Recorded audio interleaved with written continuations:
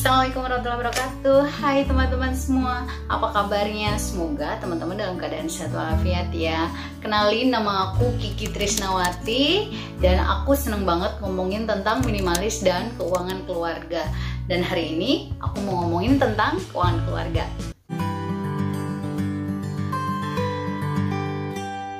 Ya, tadi kan aku udah sampaikan ya, kalau aku mau membahas tentang keuangan keluarga dan aku mau membahas tentang tips menabung untuk pemula. Karena apa? Karena aku merasa dulu ketika aku belum bisa menabung, belum pernah menabung, aku tuh ngerasa kesulitan gitu loh untuk menabung. Di sini aku mau memberikan beberapa tips menabung untuk teman-teman yang mungkin teman-teman baru mau mulai menabung, dan semoga tips-tipsnya bisa teman-teman terapkan ya. Tapi disclaimer terlebih dahulu ya, aku bukan financial expert. Aku hanya membagikan apa yang aku rasakan, apa yang aku udah pernah jalanin dulu sebelum aku benar-benar bisa disiplin menabung seperti saat ini. Ya, apa aja tips-tipsnya? Yuk kita simak. Yang pertama adalah challenge diri kita dengan tantangan menabung. Ya, kalau teman-teman belum lihat video aku sebelumnya, make sure teman-teman tonton video aku sebelumnya deh. Karena di video sebelumnya aku membahas tentang beberapa challenge menabung yang bisa diterapkan untuk pemula. Untuk tips yang pertama ini kan challenge diri kita dengan tantangan menabung. Nah, coba kita pelajari, ada beberapa tantangan menabung yang teman-teman bisa sesuaikan dengan kondisi teman-teman. Coba diperhatikan yang kira-kira gue banget nih gitu. Coba apa dan coba diterapkan deh gitu. Karena kalau kita belum pernah menabung dan kita langsung nabung yang gede, itu biasanya kita kurang konsisten. Tapi kalau kita men-challenge diri kita untuk memaksakan diri untuk menabung, insya Allah bisa. Dan beberapa challenge-nya bisa dicek di video sebelumnya. Yang kedua adalah biasakan menabung di depan bukan di belakang. Maksudnya apa ya? Nah, maksudnya adalah kita ketika menerima gaji nih, baik teman-teman menerima gaji harian, mingguan maupun bulanan, itu biasakan teman-teman langsung menyisihkan sebagian itu untuk ditabung. Jangan biasakan kita habisin uang dulu, kalau udah ada sisanya baru tabung, no. Jadi biasakan kita itu nabung dulu. Misalnya teman-teman mau porsi menabungnya itu berapa? 10%, 20%, 25% atau 30%, itu bebas, terserah sesuai kemampuan teman-teman gitu. Tapi itu tadi, biasakan nabungnya di depan bukan di belakang. Karena apa teman-teman? Karena kalau kita nabungnya di belakang itu nanti akan habis. Yakinlah teman-teman, pasti habis. Kenapa ya? Kalau kita nurutin kebutuhan kita, itu pasti ada aja gitu ya. Ini mau beli itu gitu ya. Itu pasti ada aja. Jadi pastikan teman-teman nabung di depan bukan di belakang. Tips yang ketiga adalah biasakan uang sisa belanja itu masuk ke dalam tabungan. Nah, kalau aku nih dulu sebelum jadi pola hidup minimalis, setelah belanja setiap minggunya dan ada sisa, aku tuh selalu habisin. Selalu berpikir, kayaknya ini nggak punya deh, kayaknya itu nggak punya deh. Dan itu nggak boleh. Kenapa? Karena akhirnya yang kita beli pun kadang nggak kemakan, kadang nggak kepakai, dan akhirnya kebuang. Ditambah uang yang sisa belanja tadi harusnya kan bisa ditabung, tapi malah nguap gitu aja. Alangkah baiknya setelah kita berbelanja dan ada uang sisa, lebih baik kita masukin aja ke tabungan. Karena walaupun sedikit, lama-lama jadi bukit.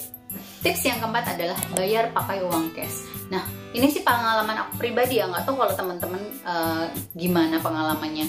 Kalau aku pribadi itu, ketika aku membeli sesuatu menggunakan uang cash, itu aku berpikirnya bisa berkali-kali lipat. Tapi ketika aku membayar pakai bentuknya ATM ataupun e-wallet, itu tuh kayak nggak mikir gitu loh. Yaudah beli mah beli aja gitu. Toh tinggal gesek, toh tinggal scan barcode misalnya. Tapi kalau aku mengeluarkan uang secara cash, itu tuh jadi apa ya, di pikiran aku itu tuh kayaknya sayang gitu loh. Jadi sayang banget, aduh sayang banget ya ini uangnya mau dikeluarin gitu. Jadi kerasa gitu loh. Tapi kalau misalnya aku bayarnya tuh pakai ATM atau ya electronic money gitu, jadi kayaknya nggak mikir gitu. Jadi bodo amat gitu loh jatuhnya. Terus nanti pas udah sampai rumah, terus kita lihat barang kita lagi, terus kita lihat saldo kita, sayang sekali. Nah, makanya menurut aku itu penting banget ya kita bayar pakai uang cash biar kita itu bisa mikir berkali-kali. Tips yang kelima adalah jangan pakai credit card.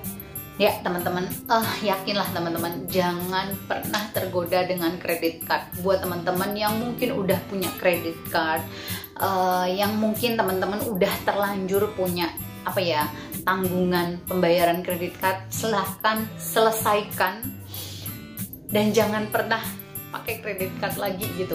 Karena apa teman-teman? Karena ketika kita punya kredit card, kita pegang kredit card, pasti kita selalu berbelanja. Jalan-jalan nih ke mall, kemanapun lah gitu, selalu ngeliat barang ini, beli ah, itu tanpa kita sadari. Karena uangnya itu ya kita merasa ada uang gitu ya. Padahal kredit card itu kan artinya utang ya. Kita harus membayar apa yang sudah kita belanjakan itu kepada bank tersebut lah intinya. Intinya sih kita harus membayar gitu ya. Kalaupun misalnya teman-teman terpaksa banget nih punya kredit card, aku harus punya banget nih kredit card, ya wes monggo. Tapi saran aku, ketika jatuh tempo langsung bayar semua total. Jangan pernah ada sisa yang kemudian membuat kita punya tanggungan dan tanggungan itu pasti berbunga gitu. Jadi kita tambah nggak bisa nabung nih gitu kalau kita punya kredit card menurut aku. Tips yang keenam atau yang terakhir adalah disiplin budgeting. Nah itu penting banget teman-teman. Buat teman-teman yang udah sering banget ngikutin channel aku, pasti teman-teman tahu kalau aku itu budgeting setiap bulannya. Dan disiplin budgeting itu penting banget. Karena apa? Karena kalau kita budgeting setiap bulan tapi kita nggak disiplin, sama aja buat apa budgeting kita, ya nggak sih? Sama aja bohong gitu kalau kita tuh nggak disiplin. Fungsi budgeting itu kan untuk mendisiplinkan keuangan kita, sehingga ketika kita bisa disiplin terhadap apa yang sudah kita rencanakan, itu pasti akan lebih berjalan mulus. Walaupun misalnya dalam perjalanannya adalah sedikit-sedikit tergoda, tapi nggak banyak. Di list budgeting itu kan ada beberapa pos, ada pos menabung, pos belanja, pos untuk have fun, itu kan sudah ada semua. Jika kita disiplin, otomatis uang tabungan itu nggak akan dikotak-katik. Bahkan ketika kita sangat disiplin, yakinlah teman-teman, itu tadi yang aku omongin, ketika ada sisa uang belanja, ada sisa di pos ini, pos itu, pasti akan kita sisihkan untuk ke tabungan. Itu tadi teman-teman 6 tips menabung untuk pemula. Siapa tahu bisa teman-teman aplikasikan dalam kehidupan teman-teman. 1 tips, 2 tips maupun semua tips. Semoga teman-teman bisa mengaplikasikannya dan yuk kita hidup mandiri dan bisa merencanakan masa depan.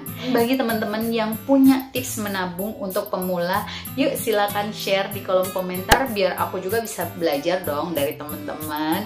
Dan jangan lupa like-nya serta subscribe. Bagi yang belum subscribe, yuk subscribe biar aku semakin semangat nih untuk memberikan video-video yang bermanfaat buat teman-teman.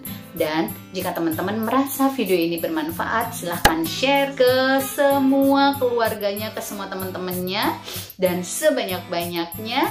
Dan sampai jumpa di video kami selanjutnya. Wassalamualaikum warahmatullahi wabarakatuh. Bye teman-teman semua.